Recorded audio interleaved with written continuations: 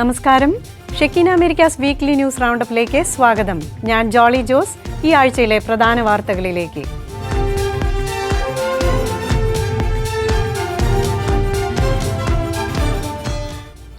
Leo 14 പാപ്പായ്ക്കെതിരെ രൂക്ഷ വിമർശനവും യേശുക്രിസ്തുവിന് പകരം സ്വന്തം മുഖമുള്ള AI ചിത്രവും പങ്കുവച്ച US പ്രസിഡന്റ് ഡൊണാൾഡ് ട്രംപിനെതിരെ ആഗോളതലത്തിൽ പ്രതിഷേധം. കടുത്ത പ്രതിഷേധങ്ങളെ തുടർന്ന് വിവാദ AI ചിത്രം ട്രംപിന് ഡിലീറ്റ് ചെയ്യേണ്ടി വന്നു. യേശുക്രിസ്തുവായല്ല, ഡോക്ടറായിട്ടാണ് സ്വയം ചിത്രീകരിച്ചതെന്ന് ട്രംപിന്റെ ന്യായീകരണം. അതേസമയം പാപ്പായുടെ മാപ്പ് പറയില്ലെന്ന് മാത്രമല്ല, പാപ്പായെ വീണ്ടും വിമർശിച്ച് ട്രംപിന്റെ നിന്ദ. തന്നെ പിന്തുണയ്ക്കുന്നവരിൽ നിന്ന് പോലും അതിശക്തമായ പ്രതിഷേധം ഉയർന്നതോടെ സ്വയം യേശുവായി ചിത്രീകരിച്ച വിവാദ social media post American president Donald Trump നീക്കം ചെയ്തു. ആർട്ടിഫിഷ്യൽ ഇന്റലിജൻസ് ഉപയോഗിച്ച് നിർമ്മിച്ച ഈ ചിത്രത്തിൽ ആശുപത്രി കിടക്കയിൽ കിടക്കുന്ന ഒരു രോഗിയെ ട്രംപ് സുഖപ്പെടുത്തുന്നതായാണ് കാണിച്ചിരിക്കുന്നത്. ട്രൂത്ത് സോഷ്യലിൽ പങ്കുവച്ച ഈ പോസ്റ്റിനെതിരെ ലോകമെമ്പാടും നിന്നും കനത്ത വിമർശനമാണ് ഉയർന്നു വന്നത്. തന്നെ ഒരു ഡോക്ടറായാണ് ചിത്രത്തിൽ കാണിച്ചിരിക്കുന്നതെന്ന് ട്രംപ് അവകാശപ്പെട്ടെങ്കിലും വൈകാതെ ചിത്രം ഡിലീറ്റ് ചെയ്തു. വെള്ള ലോഹയും ചുവന്ന ഷാളും ധരിച്ച ട്രംപ് രോഗിയുടെ നെറ്റിയിൽ പ്രകാശം ചൊരിയുന്ന കൈവച്ചിരിക്കുന്നതായിരുന്നു ആ ചിത്രം. ഇത് യേശുക്രിസ്തു രോഗികളെ സുഖപ്പെടുത്തുന്ന മതപരമായ പെയിന്റിങ്ങുകൾക്ക് സമാനമാണെന്ന് വിമർശകർ ചൂണ്ടിക്കാട്ടി. ചിത്രത്തിന്റെ പശ്ചാത്തലത്തിൽ സ്റ്റാച്യു ഓഫ് ലിബർട്ടിയും അമേരിക്കൻ പതാകയും യുദ്ധവിമാനങ്ങളും ഉൾപ്പെടുത്തിയിരുന്നു. താൻ ആളുകളെ വളരെയധികം മെച്ചപ്പെട്ടവരാക്കുന്നുണ്ട് എന്നാണ് ചിത്രം പങ്കുവച്ചതിനെക്കുറിച്ച് ട്രംപ് മാധ്യമങ്ങളോട് പറഞ്ഞത്. ചിത്രത്തിനെതിരെ കടുത്ത വിമർശനമാണ് ക്രൈസ്തവ വിശ്വാസികളുടെ ഭാഗത്തു നിന്ന് ഉണ്ടായത്. ഈ വിവാദ ചിത്രം പങ്കുവെക്കുന്നതിന് തൊട്ടുമുമ്പ് ട്രംപ് ലയോ 14 പാപ്പയ്ക്കെതിരെയും രൂക്ഷമായ വിമർശനങ്ങൾ ഉന്നയിച്ചിരുന്നു.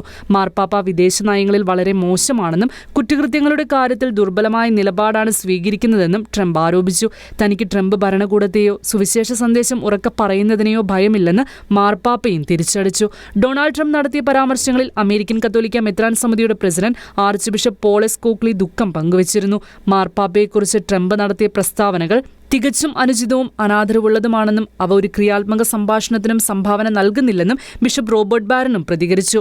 അതേസമയം ട്രംപിനെതിരെ വിമർശനവുമായി ഇറ്റാലിയൻ പ്രധാനമന്ത്രി ജോർജിയ മെലോണിയും രംഗത്ത് വന്നു. പരിശുദ്ധ പിതാവിനെക്കുറിച്ചുള്ള പ്രസിഡന്റ് ട്രംപിന്റെ പരാമർശങ്ങൾ അസ്വീകാര്യമാണെന്നും കത്തോലിക്ക സഭയുടെ തലവനാണ് പാപ്പ, അദ്ദേഹം സമാധാനത്തിനായി ആഹ്വാനം ചെയ്യുകയും എല്ലാത്തരം യുദ്ധങ്ങളെയും അപലപിക്കുകയും ചെയ്യുന്നത് ശരിയും ഉചിതവുമാണെന്നും ജോർജിയ മെലോണി പ്രതികരിച്ചു. എന്നാൽ ഈ വിഷയത്തിൽ ക്ഷമ ചോദിക്കാൻ ട്രംപ് തയ്യാറായില്ലെന്ന് മാത്രമല്ല, മാർപ്പാപ്പയുടെ നിലപാടുകൾ തെറ്റാണെന്ന് ആവർത്തിക്കുകയും ചെയ്തു. ലിയോ 14 പാപ്പായ്ക്കെതിരെയുള്ള തന്റെ പരാമർശങ്ങളെ നിസാരവൽക്കരിച്ചും ന്യായീകരിച്ചും ട്രംപ്. ഇറാൻ ആണവായുധം നിർമ്മിക്കുന്നതിന് പാപ്പ അനുകൂലിച്ചുവെന്ന് ട്രംപിന്റെ വാസ്തവ വിരുദ്ധ പ്രസ്താവനയ്ക്കെതിരെ വ്യാപക പ്രതിഷേധം. ആഗോള സഭയുടെ തലവൻ ലയോ 14 പാപ്പയ്ക്കെതിരെയുള്ള US പ്രസിഡന്റ് ഡൊണാൾഡ് ട്രംപിന്റെ സമീപകാല പരസ്യ വിമർശനങ്ങൾക്കെതിരെ വ്യാപക പ്രതിഷേധം നിലനിൽക്കുന്ന സാഹചര്യത്തിൽ വീണ്ടും വിശദീകരിച്ച് വഷളാക്കി ട്രംപ്. ഏപ്രിൽ 16 തന്റെ പരാമർശങ്ങളെ നിസാരവൽക്കരിച്ചും നുണ പറഞ്ഞ് ന്യായീകരിച്ചും ട്രംപ് രംഗത്ത് വന്നു. തനിക്ക് പാപ്പയോട് യാതൊരു വിരോധവുമില്ലെന്ന് പ്രസ്താവിച്ച ട്രംപ് ഇറാൻ ആണവായുധം നിർമ്മിക്കുന്നതിനെ പാപ്പ അനുകൂലിച്ചുവെന്ന വാസ്തവവിരുദ്ധ പ്രസ്താവനയുമായാണ് രംഗത്ത് വന്നത്. എന്നാൽ വാസ്തവത്തിൽ ലയോ 14 പാപ്പ ആണവായുധങ്ങൾക്കെതിരെ വ്യക്തമായ നിലപാട് സ്വീകരിക്കുന്ന വ്യക്തിയാണ്. അദ്ദേഹം ആണവായുധങ്ങളുടെ വ്യാപനത്തിനെതിരെ ശക്തമായ നിലപാടെടുക്കുകയും ആഗോള നിരായുധീകരണത്തിനും സമാധാനപരമായ പരിഹാരങ്ങൾക്കും ആഹ്വാനം നൽകുകയും ചെയ്തിട്ടുണ്ട്. ആണവായുധങ്ങളെ പാപ്പ പിന്തുണയ്ക്കുന്നുവെന്ന ട്രംപിന്റെ വാദത്തിന്റെ ഒരു വസ്തുതാ പരിശോധനയാവാം. ഏപ്രിൽ 12 ട്രൂത്ത് സോഷ്യലിൽ ട്രംപ് എഴുതിയത് ഇറാൻ ആണവായുധം കൈവശം വയ്ക്കുന്നത് ശരിയാണെന്ന് കരുതുന്ന ഒരു പാപ്പയെ തനിക്ക് വേണ്ട എന്നാണ്.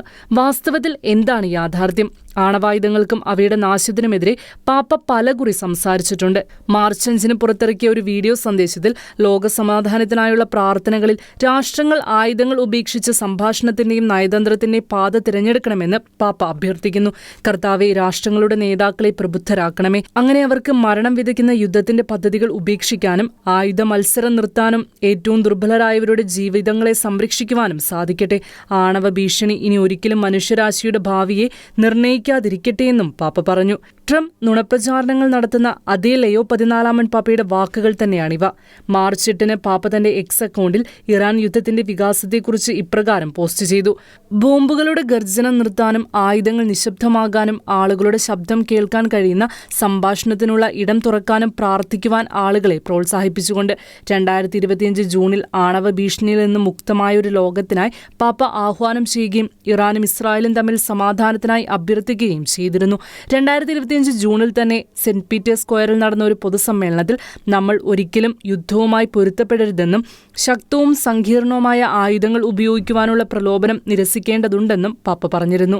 ഇറാനിലെ മുഴുവൻ ജനങ്ങൾക്കും നേരെയുള്ള ഭീഷണികൾ യഥാർത്ഥത്തിൽ അസ്വീകാര്യമാണെന്ന് പാപ്പ പറഞ്ഞതിന് ദിവസങ്ങൾക്കുള്ളിലാണ് ആഗോള കത്തോലിക്ക സഭയുടെ തലവനെതിരെ ട്രംപിന്റെ വിമർശനം. ഏപ്രിൽ 7 ട്രൂത്ത് സോഷ്യൽ പോസ്റ്റിൽ ഒരു മുഴുവൻ നാഗരികതയും ഇന്ന് രാത്രി നശിക്കുമെന്ന് ട്രംപ് മുന്നറിയിപ്പ് നൽകി. ഇറാനെക്കുറിച്ചായിരുന്നു ട്രംപിന്റെ പോസ്റ്റ്. ഇത്തരത്തിൽ വസ്തുതകളെല്ലാം അമേരിക്കൻ പ്രസിഡന്റ് ഡൊണാൾഡ് ട്രംപിന്റെ പരാമർശങ്ങൾക്കും അവകാശവാദങ്ങൾക്കും വിരുദ്ധമാകുമ്പോൾ എന്തിനാണ് നുണ പറഞ്ഞ് ട്രംപ് ന്യായീകരിക്കുന്നത്? രാഷ്ട്രീയവും സൈനികവുമായ നേട്ടങ്ങൾക്കായി മതത്തെ ദുരുപയോഗം ചെയ്യുന്നവരെ വിമർശിച്ച് ലിയോ 14 മാർപ്പാപ്പ. യുദ്ധത്തിന്റെ യജമാനന്മാർ എന്ന് ഇവരെ വിമർശിച്ച പാപ്പ, ആയുധങ്ങൾക്കായി കോടിക്കണക്കിന് രൂപ ചെലവാക്കുന്നവർ ജനങ്ങളുടെ മുറിവുകൾ ഉണക്കാൻ തയ്യാറാകാത്തതിനെക്കുറിച്ചും പരാമർശിച്ചു. ലിയോ 14 പാപ്പയുടെ ആഫ്രിക്കയിലേക്കുള്ള ആദ്യത്തെ അപ്പസ്തോലിക സന്ദർശനത്തിന്റെ ഭാഗമായി ആഫ്രിക്കൻ രാജ്യമായ കാമറൂൺ സന്ദർശിച്ച് പാപ്പ കാമറൂണിലെ ബമൻഡയിൽ നടന്ന സമാധാന സമ്മേളനത്തിൽ രാഷ്ട്രീയവും സൈനികവുമായ നേട്ടങ്ങൾക്കായി മതത്തെ ദുരുപയോഗം ചെയ്യുന്നവരെ യുദ്ധത്തിന്റെ യജമാനന്മാർ എന്ന് വിശേഷിപ്പിച്ച് വിമർശിച്ചിരുന്നു. തകർക്കാൻ ഒരു നിമിഷം മതിയാകുമെന്നും എന്നാൽ പുനർനിർമ്മിക്കാൻ ഒരു ആയുസ് പോലും തികയില്ലെന്നുമുള്ള സത്യം അംഗീകരിക്കാൻ ഇക്കൂട്ടർ വിസമ്മതിക്കുകയാണെന്ന് പാപ്പ കുറ്റപ്പെടുത്തി. ആയുധങ്ങൾക്കായി കോടിക്കണക്കിന് രൂപ ചിലവാക്കുന്നവർ ജനങ്ങളുടെ മുറിവുകൾ ഉണക്കാൻ തയ്യാറാകാത്തതിനെയും പാപ്പ രൂക്ഷമായി വിമർശിച്ചു. കഴിഞ്ഞ ദിവസമാണ് മാർപ്പാപ്പ വടക്ക് പടിഞ്ഞാറൻ കാമറൂണിലെ ഇംഗ്ലീഷ് സംസാരിക്കുന്ന നഗരമായ ബമൻഡയിൽ സന്ദർശനം നടത്തിയത്. വിമാനത്താവളത്തിലെ ഹൃദ്യമായ സ്വീകരണത്തിന് ശേഷം സെന്റ് ജോസഫ് കത്തീഡ്രലിലെത്തിയ പാപ്പ പ്രാദേശിക കമ്മ്യൂണിറ്റിയുമായും ആശയവിനിമയം നടത്തി. വിവിധ മത നേതാക്കളും അക്രമം മൂലം പലായനം ചെയ്യേണ്ടി വന്ന കുടുംബങ്ങളും തങ്ങളുടെ വേദനിപ്പിക്കുന്ന അനുഭവങ്ങൾ മാർപ്പാപ്പയുമായി പങ്കുവച്ചു. ജനങ്ങളുടെ ദുരിതങ്ങൾ കേട്ട ശേഷം നടത്തിയ പ്രസംഗത്തിൽ രക്തം പുരണ്ടതെങ്കിലും ഫലഭൂയിഷ്ടമായ ഈ മണ്ണിൽ സമാധാനത്തിന്റെ സന്ദേശം നൽകാനാണ് താൻ എത്തിയതെന്ന് മാർപ്പാപ്പ വ്യക്തമാക്കി. ദുരിതങ്ങൾക്കിടയിലും നന്മ കൈവിടാത്ത ബമൻഡയിലെ ജനങ്ങളെ ലിയോ പാപ്പ അഭിനന്ദിച്ചു. ദൈവനാമത്തെയും മതത്തെയും സ്വന്തം സൈനിക, സാമ്പത്തിക, രാഷ്ട്രീയ താൽപര്യങ്ങൾക്കായി ഉപയോഗിക്കുന്നത് പരിശുദ്ധമായതിനെ അഴുക്കിലേക്ക് വലിച്ചിഴയ്ക്കുന്നതിന് തുല്യമാണെന്നും പാപ്പ ഓർമ്മിപ്പിച്ചു. ഇറാൻ യുദ്ധത്തെ തുടർന്ന് അമേരിക്കൻ പ്രസിഡന്റ് ഡൊണാൾഡ് ട്രംപിനുള്ള കത്തോലിക്ക പിന്തുണ 50% താഴേക്ക് കുറഞ്ഞതായി സർവേ റിപ്പോർട്ട്. യുദ്ധത്തിന് പകരം സമാധാനവും നയതന്ത്രവും പിന്തുടരാൻ ലിയോ 14 പാപ്പായും അമേരിക്കയിലും ലോകമെമ്പാടുമുള്ള കത്തോലിക്ക ബിഷപ്പുമാരും ട്രംപിനോട് നിർദ്ദേശിച്ചിരുന്നു. ഇറാൻ യുദ്ധത്തെ തുടർന്ന് അമേരിക്കൻ പ്രസിഡന്റ് ഡൊണാൾഡ് ട്രംപിനുള്ള കത്തോലിക്ക പിന്തുണ 50% താഴെയായി കുറഞ്ഞതായി survey report.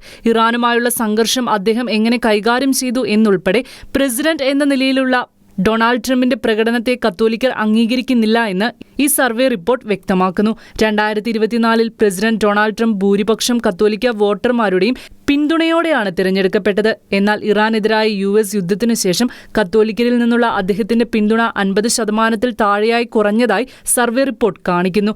Republican pollster Shaw and company റിസർച്ചും ഡെമോക്രാറ്റിക് പോൾസ്റ്റാർ ബീക്കൺ റിസർച്ചും സംയുക്തമായി മാർച്ച് 20 മുതൽ 23 വരെ തീയതികളിൽ നടത്തിയ സർവേയിൽ 48% കത്തോലിക്ക വോട്ടർമാർ പ്രസിഡന്റ് എന്ന നിലയിൽ ട്രംപിനെ അംഗീകരിക്കുന്നതായും 52% പേർ അംഗീകരിക്കുന്നില്ലെന്നും കണ്ടെത്തി. 23% കത്തോലിക്കർ അദ്ദേഹം ചെയ്യുന്ന ജോലിയെ ശക്തമായി അംഗീകരിക്കുന്നു. 25% പേർ ഒരു പരിധിവരെ അംഗീകരിക്കുന്നു. 12% പേർ ഒരു പരിധിവരെ വിയോജിക്കുന്നു. 40% പേർ ശക്തമായി വിയോജിക്കുന്നുവെന്ന് സർവേ റിപ്പോർട്ട് കണ്ടെത്തി. ഇറാനിൽ യുദ്ധത്തിന് പകരം സമാധാനവും നയതന്ത്രവും പിന്തുടരുവാൻ ട്രംപിനെ ലിയോ 14 പാപ്പയും അമേരിക്കയിലും ലോകമെമ്പാടുമുള്ള കത്തോലിക്ക ബിഷപ്പുമാരും പ്രോത്സാഹിപ്പിച്ചു. സമാധാന ചർച്ചകൾ പുരോഗമിക്കുന്നതിനിടെ ഏപ്രിൽ 10 എക്സിൽ നടത്തിയ ഒരു പോസ്റ്റിൽ പരിശുദ്ധ പിതാവ് കൂടുതൽ നയതന്ത്രത്തിനുള്ള തന്റെ ആഹ്വാനം പ്രതിധ്വനിപ്പിച്ചു. ദൈവം ഒരു സംഘടനത്തെയും അനുഗ്രഹിക്കുന്നില്ല എന്ന് പാപ്പ പറഞ്ഞു. സമാധാന രാജാവായ ക്രിസ്തുവിന്റെ ശിഷ്യനായ ആരും ഒരിക്കലും വാളെടുക്കില്ല. ദൈവം യുദ്ധം ചെയ്യുന്നവരുടെ പക്ഷത്തല്ല. സൈനിക നടപടി സ്വാതന്ത്ര്യത്തിനോ സമാധാനത്തിനോ ഇടം സൃഷ്ടിക്കില്ല. അത് ജനങ്ങൾക്കിടയിൽ സഹവർത്തിത്വത്തിന്റെയും സംഭാഷണത്തിന്റെയും ക്ഷമാപൂർവമായ പ്രോത്സാഹനത്തിൽ നിന്ന് മാത്രമേ ഉണ്ടാകൂവെന്നും പാപ്പ പറഞ്ഞിരുന്നു. അമേരിക്കൻ പൊതുജനങ്ങൾക്കിടയിൽ ട്രംപിന് പിന്തുണ കുറഞ്ഞുവരുന്ന സാഹചര്യത്തിലാണ് ഈ സർവേ. വോട്ടർമാരിൽ 41% പേർ മാത്രമേ ട്രംപിനെ പിന്തുണയ്ക്കുന്നുള്ളൂവെന്നും 59% പേർ വിയോജിക്കുന്നുണ്ടെന്നും സർവേ കണ്ടെത്തി. അമേരിക്കയിൽ രാജ്യത്തിന്റെ 250-ാം വാർഷികത്തിന് മുന്നോടിയായി സമ്പൂർണ്ണ ബൈബിൾ പാരായണം. വാഷിംഗ്ടണിൽ സമ്പൂർണ്ണ ബൈബിൾ പാരായണത്തിനായി തയ്യാറെടുത്തത് 495 ക്രൈസ്തവ പ്രതിനിധികൾ. രാജ്യത്തിന്റെ 250-ാം വാർഷികത്തിന് മുന്നോടിയായി സമ്പൂർണ്ണ ബൈബിൾ ഉറക്കെ വായിക്കാൻ 495 ക്രൈസ്തവ പ്രതിനിധികൾ വാഷിംഗ്ടൺ DC-യിൽ ഒത്തുകൂടും. ക്രൈസ്തവരെ പ്രാർത്ഥിക്കാനും വോട്ട് ചെയ്യാനും പൗരജീവിതത്തിൽ ഏർപ്പെടാനും പ്രോത്സാഹിപ്പിക്കുന്നതിനു വേണ്ടി ടെക്സസ് ആസ്ഥാനമായി സ്ഥാപിക്കപ്പെട്ട ക്രിസ്ത്യൻ എൻഗേജ്ഡ് എന്ന സംഘടനയാണ് ഇതിന് ചുക്കാൻ പിടിക്കുന്നത്. ദേശീയ ബൈബിൾ വായനാ യജ്ഞത്തിന്റെ ഭാഗമായാണ് അമേരിക്ക റീഡ്സ് ദ ബൈബിൾ എന്ന പേരിൽ പരിപാടി സംഘടിപ്പിക്കുന്നത്. ഏപ്രിൽ 19 മുതൽ 25 വരെ കത്തോലിക്കർ ഉൾപ്പെടെയുള്ള വിവിധ പ്രഭാഷകർ സമ്പൂർണ്ണ ബൈബിൾ വായനാ യജ്ഞത്തിനായി ബൈബിൾ മ്യൂസിയത്തിൽ ഒത്തുകൂടുമെന്ന് സംഘാടകർ പറഞ്ഞു.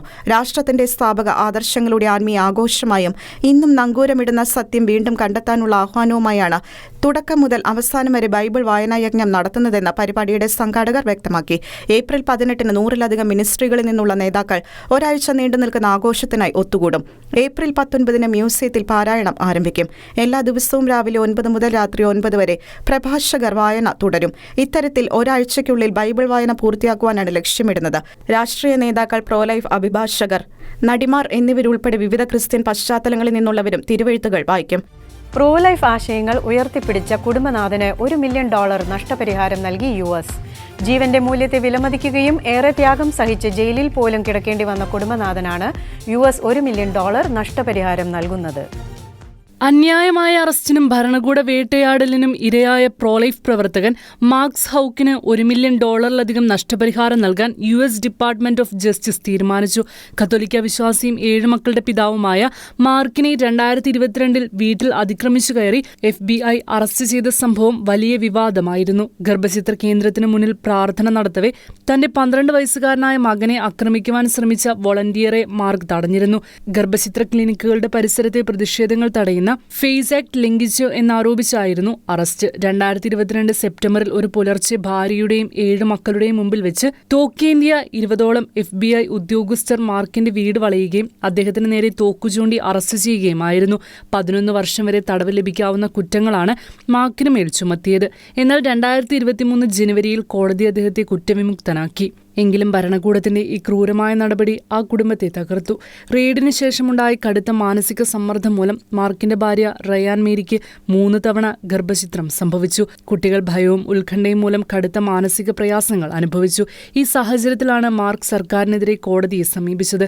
ഈ വിഷയം അമേരിക്കൻ പൗരന്മാരുടെ അഭിപ്രായ സ്വാതന്ത്ര്യത്തിനുള്ള ഭരണഘടനാപരമായ അവകാശത്തിന്റെ വിജയമാണെന്ന് പ്രോലൈഫ് സംഘാടകർ പ്രതികരിച്ചു. കോങ്കോയിൽ വീണ്ടും ക്രൈസ്തവ കൂട്ടക്കൊല തുറന്നുവിട്ട ഇസ്ലാമിക തീവ്രവാദികൾ. ക്രൈസ്തവ വിശ്വാസം വെടിഞ്ഞ് ഇസ്ലാമിക മതം സ്വീകരിക്കുക എന്ന മത തീവ്രവാദികളുടെ വ്യവസ്ഥ അംഗീകരിക്കാത്തതിനെ തുടർന്ന് നടത്തിയ ആക്രമണത്തിൽ 60ഓളം ക്രൈസ്തവർ കൊല്ലപ്പെട്ടു. കോങ്കോയിൽ വീണ്ടും ക്രൈസ്തവ കൂട്ടക്കൊല തുറന്നുവിട്ട് ഇസ്ലാമിക തീവ്രവാദികൾ. ഏപ്രിൽ 1-ന് വടക്ക് കിഴക്കൻ ഡെമോക്രാറ്റിക് റിപ്പബ്ലിക് ഓഫ് കോങ്കോയിലെ ഇറ്റൂരി പ്രവിശ്യയിൽ നടന്ന കൂട്ടക്കൊലയിൽ 60ഓളം ക്രൈസ്തവർ കൊല്ലപ്പെട്ടു.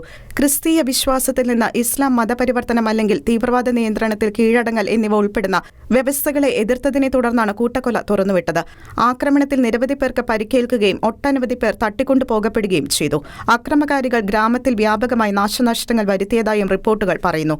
നിരവധി വീടുകൾ ഇരയാക്കുകയും വാസയോഗ്യമല്ലാതാക്കുകയും ചെയ്തു. ആക്രമണത്തെ അതിജീവിച്ചവർ സമീപ പ്രദേശങ്ങളിലേക്ക് പലായനം ചെയ്തു. മനുഷ്യാവകാശ ഗ്രൂപ്പുകളും പ്രാദേശിക നേതാക്കളും അടിയന്തര അന്താരാഷ്ട്ര ശ്രദ്ധയും ദുർബലരായ ജനങ്ങളെ സംരക്ഷിക്കുന്നതിന് ശക്തമായ സുരക്ഷാ നടപടികളും ആവശ്യപ്പെട്ട് രംഗത്തെത്തിയിട്ടുണ്ട്.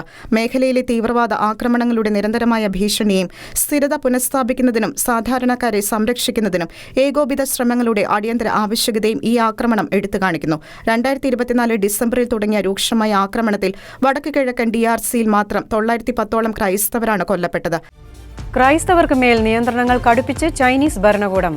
തദ്ദേശീയരായ 12 ദശലക്ഷത്തോളം വരുന്ന കത്തോലിക്ക വിശ്വാസികളുടെ മേൽ നിയന്ത്രണങ്ങൾ കർശനമാക്കിയതായും human rights watch report.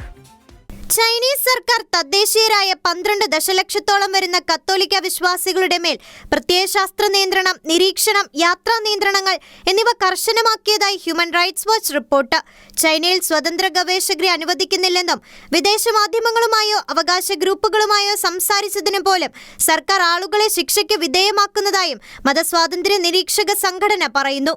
She ജിൻപിങ്ങിന്റെ സെനൈസേഷൻ പ്രചാരണത്തിന് ഒരു ദശാബ്ദത്തിനും 2018 ഹോളി സീ ചൈന കരാറിന് ഏകദേശം 8 വർഷത്തിനു ശേഷവും ചൈനയിലെ കത്തോലിക്കർ അവരുടെ മതസ്വാതന്ത്ര്യത്തെ ലംഘിക്കുന്ന അടിച്ചമർത്തലുകളെ നേരിടുന്നതായും റിപ്പോർട്ടിൽ പരാമർശിക്കുന്നു. ലയോ 14 മാർപ്പാപ്പ കരാർ അടിയന്തരമായി പുനഃപരിശോധിക്കുകയും ദൈവാലയങ്ങൾ, പുരോഹിതന്മാർ, അൽമായർ എന്നിവർക്കെതിരായ പീഡനവും ഭീഷണിയും അവസാനിപ്പിക്കാൻ സമ്മർദ്ദം ചെലുത്തുകയും വേണമെന്നും ഹ്യൂമൻ റൈറ്റ്സ് വാച്ചിലെ ചൈന ഗവേഷകനായ യാൽകുനുലിയോൾ കൂട്ടിച്ചേർത്തു. ചൈനയിൽ മതപരമായ പീഡനങ്ങൾ വളരെ കാലമായി നിലനിൽക്കുന്നുണ്ടെങ്കിലും 2012 നവംബറിൽ പ്രസിഡന്റ് ഷീ ജിൻപിങ് അധികാരമേറ്റതിനു ശേഷം സ്ഥിതി കൂടുതൽ മോശമായി വരികയാണെന്നാണ് റിപ്പോർട്ടുകൾ വ്യക്തമാക്കുന്നത്. ഹ്യൂമൻ റൈറ്റ്സ് വാച്ചിന്റെ അഭിപ്രായത്തിൽ 2018 മുതൽ ചൈനീസ് അധികാരികൾ ക്രൈസ്തവരെ ഏകപക്ഷീയമായി തടങ്കലിൽ വയ്ക്കുകയും രഹസ്യ കത്തോലിക്ക ബിഷപ്പുമാരെയും പുരോഹിതന്മാരെയും വീട്ടുതടങ്കലിൽ വയ്ക്കുകയും ചെയ്തുകൊണ്ട് കത്തോലിക്ക സമൂഹങ്ങളിൽ സമ്മർദ്ദം ചെലുത്തുകയാണ്. നൂറുകണക്കിന് ദൈവാലയ കെട്ടിടങ്ങളും അവയ്ക്ക് മുകളിലുള്ള കുരിശുകളും അധികാരികൾ പൊളിച്ചു മാറ്റിയതായും അനൌദ്യോഗിക ഒത്തുകൂടലുകൾ തടഞ്ഞതായും സർക്കാർ അനുവദിക്കാത്ത മതപരമായ വസ്തുക്കൾ കണ്ടുകെട്ടിയതായും റിപ്പോർട്ട് വെളിപ്പെടുത്തുന്നു. ഫ്രാൻസിസ് പാപ്പായുടെ ചാക്രിക ലേഖനമായ സുവിശേഷത്തിന്റെ സന്തോഷത്തിന്റെ വെളിച്ചത്തിൽ സഭയുടെ അജപാലന ശൈലിയും വരുത്തേണ്ട മാറ്റങ്ങളെക്കുറിച്ച് കർദിനാൾമാർക്ക് പാപ്പായുടെ സുപ്രധാന കത്ത്. ജൂൺ മാസത്തിൽ വത്തിക്കാനിൽ നടക്കാനിരിക്കുന്ന കൺസിസ്റ്ററിക്ക് മുന്നോടിയാണ് കത്തയച്ചത്.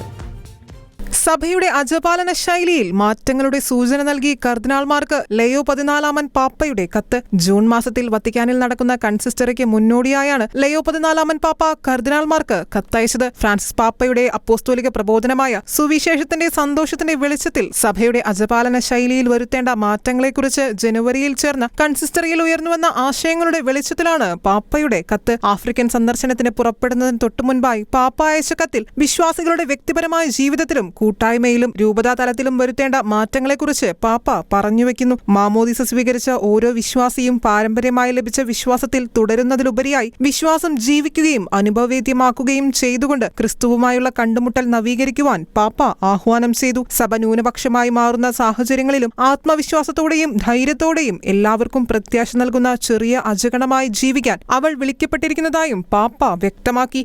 പ്രാർത്ഥനയ്ക്ക് പ്രഥമ സ്ഥാനം നൽകിയും പ്രവർത്തികളിലൂടെ സാക്ഷ്യം നൽകിയും വിശ്വാസവും ജീവിതവും പൊരുത്തമുള്ളതാക്കി മാറ്റണമെന്ന് പറഞ്ഞു. ഉള്ളതിനെ നിലനിർത്തുന്ന പരിപാലനത്തിന്റെ സമീപനത്തിൽ നിന്ന് മാറി മിഷനറി സമീപനത്തിലേക്ക് സഭയുടെ അജപാലന ശൈലി രൂപാന്തരപ്പെടണമെന്നും പാപ്പ ഉദ്ബോധിപ്പിച്ചു. ഇതിനായി ബന്ധങ്ങളിൽ ശ്രദ്ധ ചെലുത്തുകയും മറ്റുള്ളവരെ കേൾക്കാനും അനുധാവനം ചെയ്യുവാനും അവർക്ക് സൗഖ്യം നൽകുവാനുമുള്ള ഇടങ്ങൾ ഒരുക്കുകയും വേണം. രൂപതാ തലത്തിൽ സംഘടനാപരമായ സങ്കീർണതകൾ കുറച്ചുകൊണ്ട് അടിസ്ഥാന ലക്ഷ്യമായ സുവിശേഷ പ്രഘോഷണത്തിന് മുൻഗണന നൽകുന്നതിനായിരിക്കണം അജപാലകർ പ്രഥമ പരിഗണന നൽകേണ്ടതെന്നും പാപ്പയുടെ കത്ത് ഓർമ്മിപ്പിക്കുന്നു.